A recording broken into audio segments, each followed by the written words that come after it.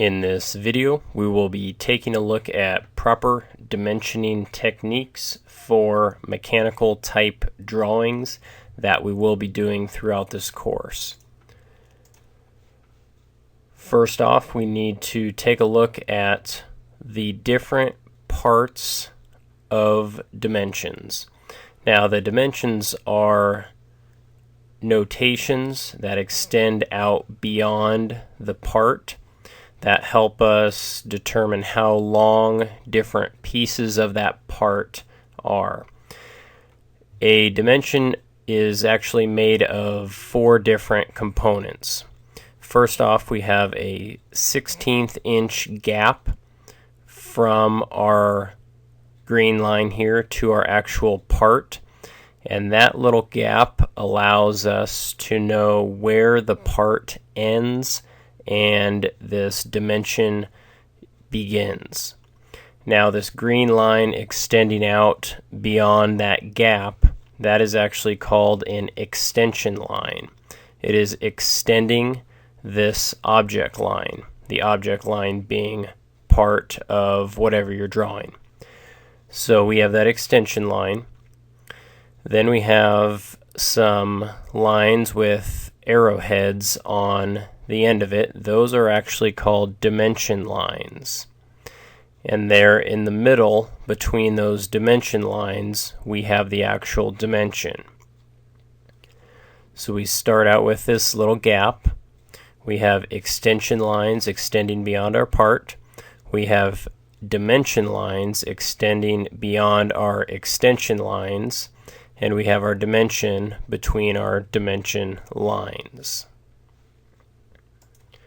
So we're going to go through a few of the rules for dimensioning the type of drawings that we're going to be doing throughout this course. First off, dimension lines must be kept at least 3/8 of an inch from the object and at least 1/4 inch from each other. And this is for aesthetics and readability. You want to make sure this first line of dimensions is far enough away from the part that you can clearly read them and that they are not crowding the part. Additionally, the second tier of dimensions need to be a decent distance away, but not so far that it looks weird.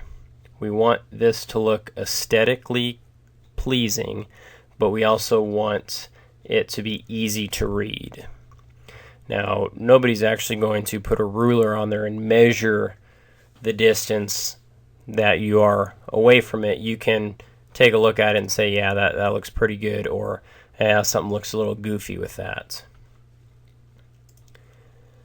Number 2, on machine drawings, which are mechanical type drawings, those are the drawings that we're doing in this course. Dimensions should be kept in decimal inches or millimeters if you're working in millimeters. Values are given to the second decimal place, except where greater accuracy is required. If you're doing a drawing that you need to go to the thousandths or 10,000ths, you need to give that information. For what we do in this class, we are focusing on 2 decimal places. That is accurate enough. So as you can see here, we have a dimension that is in decimal inches, 2.50, and we have 2 places after the decimal. Number 3, dimensions should be positioned clearly. If you have a case like this, where we have a lot of dimensions, sometimes the dimension lines will overlap on top of the actual dimensions. What we need to do is modify those dimensions and pull some of those numbers out. So again, it is readable, but it is also aesthetically pleasing. And we'll show you how to do that once we start practicing putting these dimensions on. So they need to be positioned clearly. Number 4, dimensions that are not needed should not be given. And again, this is for aesthetics and readability. We don't want a whole bunch of dimensions around here that we don't even need, because it crowds the drawing and it makes it look not very good. So with this particular one, 6.50, I already have that measurement down here at the bottom. So I don't need to put that measurement again, because I know that my measurement at the top should be the exact same as the measurement at the bottom.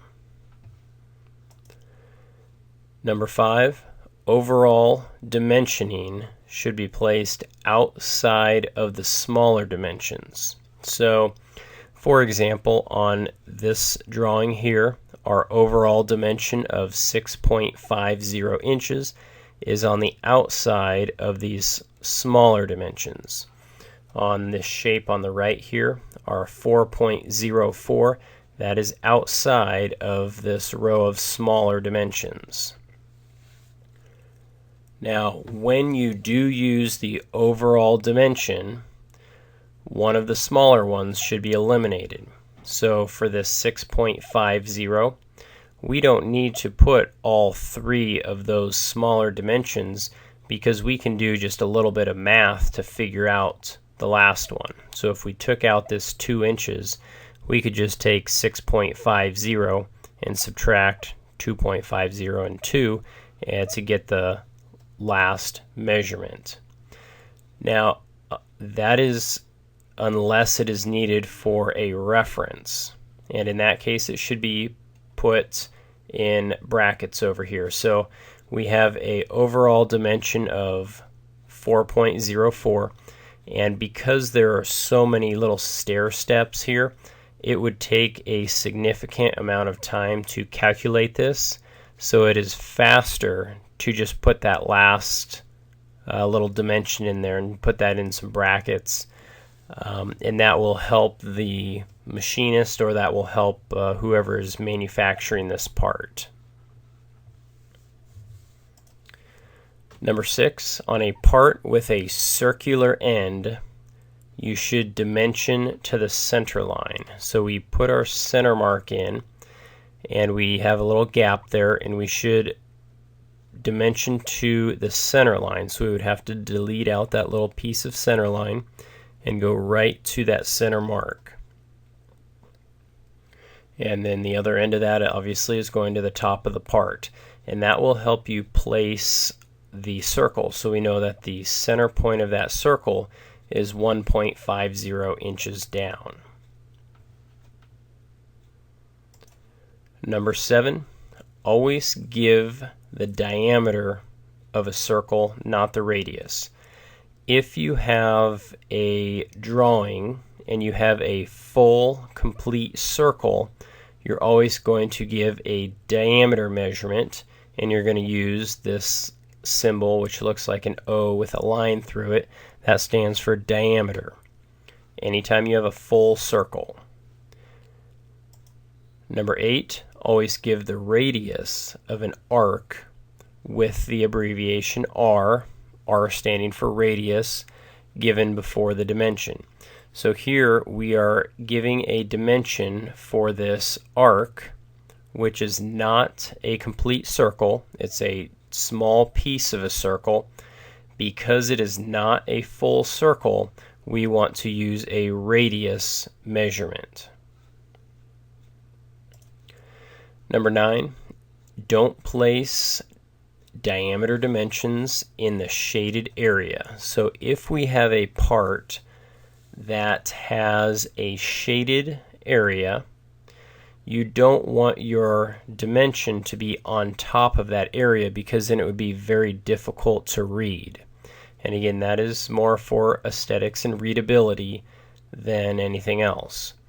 Now, I don't know what the rest of this part looks like, but it may be better to actually do a diameter measurement coming off of the side of the circle rather than right on top of the circle. It all varies on what the rest of the part looks like. Even with this 45 degrees, we don't want that inside of here on top of this shaded area, because it would be too hard to read.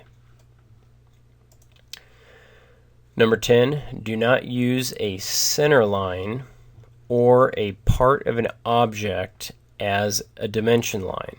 So on this particular one, we are using the center line as our dimension line. You don't want to do that. Right down here, we are using an object line as the dimension line, and we don't want to do that because it's not very clear. On this part, it even looks like part of our line is missing. The correct way to do that would be to pull those measurements outside of our part. So we have a little gap here, a little 16th inch gap. We've pulled that measurement outside of our part. It makes it much easier to read. This one down here, again, we are no longer using the object line. Instead, we've pulled that measurement down, and we have our little gap there. We have our extension lines, our dimension lines, and our dimension. Our dimension is outside of our part. It makes it very easy to read, and it looks very clean. Number 11, do not use an object line as an extension line. Now I'm going to jump back to number 10. This one was talking about using object lines as dimension lines. Now if you recall, a dimension line is the line with the arrowhead. Number 11, we're talking about not using the object line as an extension line. The extension lines were the little lines extending out beyond our object. So we have here this arrowhead is pointing to an object line rather than an extension line. We would want to pull that dimension probably off to the left of our drawing and have this outside of the part and have an extension line on each side. Number 12, do not cross dimension lines because it doesn't look very good and it makes it difficult to read. So rather than putting this diameter of 1 inch crossing this dimension line, we would want to pull that up a little ways. Now as we progress with these future drawings, we're going to be able to utilize these rules for dimensioning and get a little bit of practice to help us dimension these correctly and make our drawings a little bit more complete than the previous ones that we've done.